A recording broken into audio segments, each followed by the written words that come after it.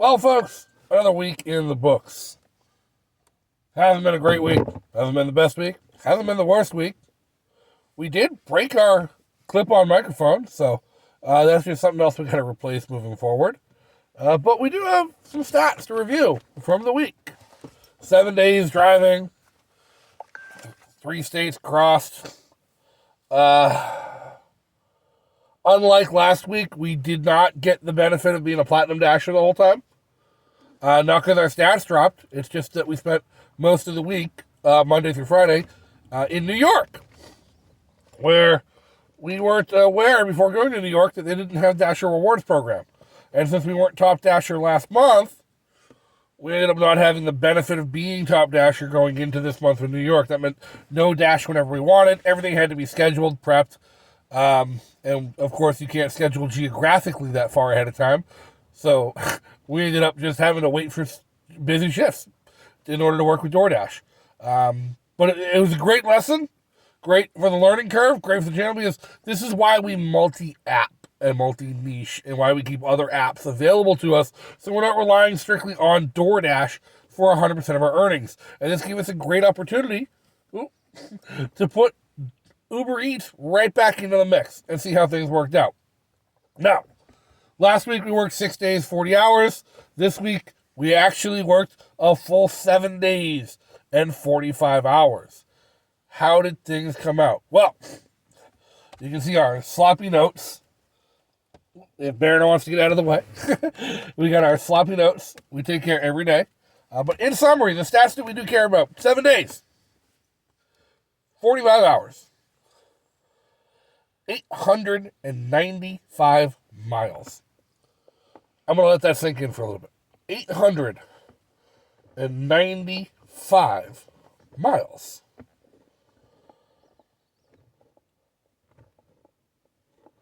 Our gross earnings over 45 hours was $931.05, which is actually pretty solid. Whether you're multi-apping, whether you're cherry-picking, whether you're Top Dasher or Dasher Rewards, it came out to $20.69 an hour. If you can do that consistently, that's pretty great. The problem is, at 895 miles driven, that was only $1.04 per mile. Over $1 a mile is a good place to be. We used to be at $2 a mile as a cherry picker. That's where we always wanted to be. But $1.04 a mile, we're over $1 a mile, barely, and just barely justifying our existence there. Now, the problem is that 895 miles driven cost $171.67 in gas.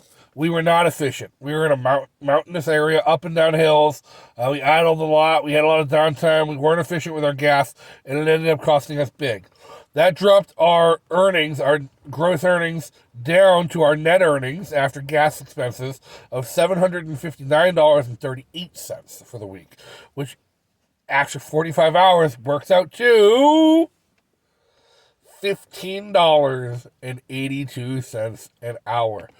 That's all we actually ended up making for our net earnings, was $15.82 an hour, and our net mileage for the $759.38 over the course of 895 miles was 85 cents per mile. Now, we did maintain our statistics, okay? So on DoorDash, we still have an 87% acceptance rating, which means now that we're into Vermont, we're going to be in Brattleboro, Vermont, 1 day only, then back to New Hampshire for a bit. In Brattleboro, Vermont, we will have Dasher Rewards. I did check, started doing our research, so we're going to have our Dasher Rewards program ready for us in Vermont, which means we're not going to need to worry about scheduling. We can do our 2-hour block shifts. We can do hour and a half and 2-hour blocks and make sure we can game the system and take advantage of jumping zones if we need to.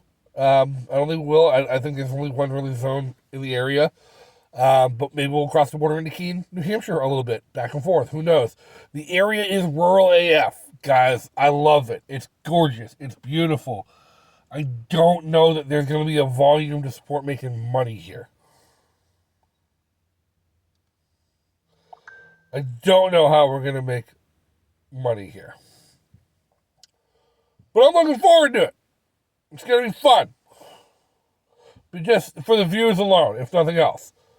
Now, how did our breakdown go with the multi-apping go this week? Actually, it was still primarily DoorDash, which doesn't surprise me. We were in a college town, a lot of no tipping. We did take advantage of Earn by Time. There was a lot of busy districts to just kind of pad our stats and make sure we could maintain our top dasher platinum reward status moving out of New York.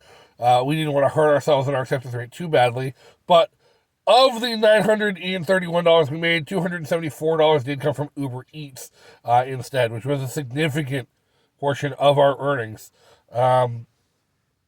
31 total deliveries on Uber Eats to our 77 total deliveries on DoorDash. So 100 a week, which is right where we've always been about and what we're thinking.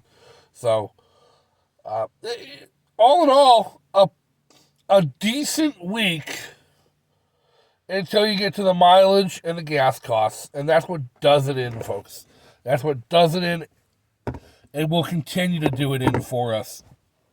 And a lot of that it is going to be a tipping issue because it's the average earnings per order that we're looking at. There were some orders that we took from like Dick's Sporting Goods. It was a triple stack at one point. It went 30 some odd miles to drop off 3 packages, and we made like $8. Thank God for Earn by Time, because that would have been a $2 delivery fee on Earn by Order. But they're just not eligible for tips. It's not that the customers didn't tip. It's not that they were shitty customers. It's that ineligible for tips. Okay, at this point, you're ineligible for me to continue picking up Dick's Sporting Goods orders. But no, because we're still in a phase where dropping 3 orders like that in a stack can drop you 3% on your acceptance rate. And that's what DoorDash is really hurting you on. All in all, New York was actually a fun week. Like I said, we put a lot of miles, especially a lot of miles for not commuting that much because we stayed in Albany, New York for 4 of those 5 days. But it's a fun little city. Nice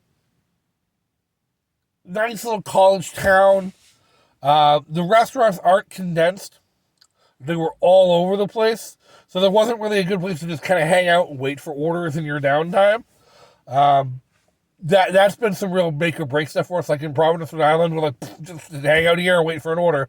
Back in Manchester, New Hampshire, we know there's one strip of road with every restaurant right on it. You wait there and then go out. So it's a there and back again spoke game when you're delivering. Albany was a little bit different. Everything was thoroughly spread out, thoroughly longer distance, not as tight, urbanized of a city as I would have expected for a capital city, especially. I'm glad we didn't try and go venture down into New York City. I'm glad we stayed up in the Hudson Valley because the views were gorgeous. It was a great experience. And, even working overtime with 45 hours this week, we got to get in some recreation. We got to go find some Magic the Gathering games at a local shop. We got to interface with the local population and explore Albany, New York a little bit. And that's what this is all about at the end of the day. Is like, we're not here to DoorDash in all 50 states. We're here because we want to see all 50 states. We want to travel the country. DoorDash and YouTube, they're what's making that possible for us. That's what's helping us get there. But they are the means to the end because it's the experience that matters, not the work you do to pay for the experience. I mean, hey, this one, she's crazy. She's all clingy this week. She wants to say hi, don't you? But no.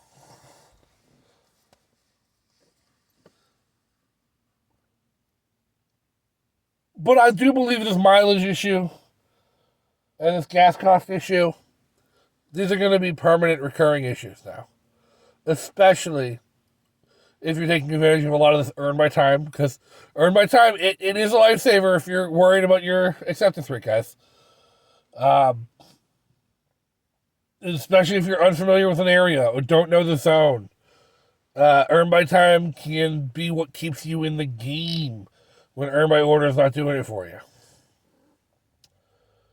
But you're going to put on a lot of miles. You're going to chew through a lot of gas. And at the end of the day, sure, you might make more money month to month than you would as a cherry picker. But your net earnings and profits at the end of the month are going to be significantly lower than if you cherry picked your way through and only took good orders in good neighborhoods to good customers. And once again, guys, my customer rating on DoorDash has taken its biggest hit. We are down to 4.77 from 4.98 when we started this. And that is, in my opinion, my personal opinion, strictly a result of non-tipping customers just being generally bad people. The kind of customers that don't tip on large orders going large mileage are the kind of customers who leave negative reviews because they're hoping for compensation from the company. They're hoping for free meals, and they're hoping for a gift card at the end of the day, rather than paying what they owe, treating you like a human being, and leaving you a tip commensurate with the service you provided for them. Because when we cherry-picked our orders, we used to also cherry-pick our customers. Might not have been intentionally, but if you're refusing to take an order that pays less than $2 a mile and you're cherry-picking down to 4% acceptance rate, you're weeding out a lot of people who just don't tip because you'll never see their order. When you're doing that, you're basically setting yourself up to have a minimum tip per order of $5. If you say $7 is also your minimum order size you're willing to take, and you're willing to have wait time to accomplish that because you don't want to burn gas and mileage. That leaves you with a class of clientele and customers that treat you better, that are more appreciative of your service, that we know leave you a better tip, and generally leave you that 5-star rating because they appreciate what you did for them and bringing them their food. That's why they were willing to pay for it. They're willing to pay that premium. They're willing to agree to the luxury terms of service and tip you an amount commensurate to the service you did provide them. And that is something we cannot value enough, because that is something we are losing, and that we are losing touch of in today's gig economy. The cat's getting anxious and she's trying to knock over the camera, guys. Please hit that like button, hit that subscribe button, comment. What was your week like? You stay home and cherry pick? You go on the road, do some earn by time and get your AR up? Did you make money? Did you lose money? You hit that 25 an hour? Or just 25 an active hour with a lot of downtime? Let me know. Leave a comment below. Like and subscribe, guys. Make sure you turn notifications on. Keep up with the channel. Keep up with what we're doing. If you want to support us in our adventures, help us get from one place to the next, and make sure Baron gets fed every night, head on over to patreon.com/Dash America right now. You can sign up and join our road crew. Woo-hoo. Help us get from one place to the next. Keep us full of gas. Keep my Audible full of books. And keep our stomach full of coffee. And our bloodstream full of caffeine. And we'll keep you with great views and great montages of some of the most beautiful cities and states in the United States as we dash across America. Good night.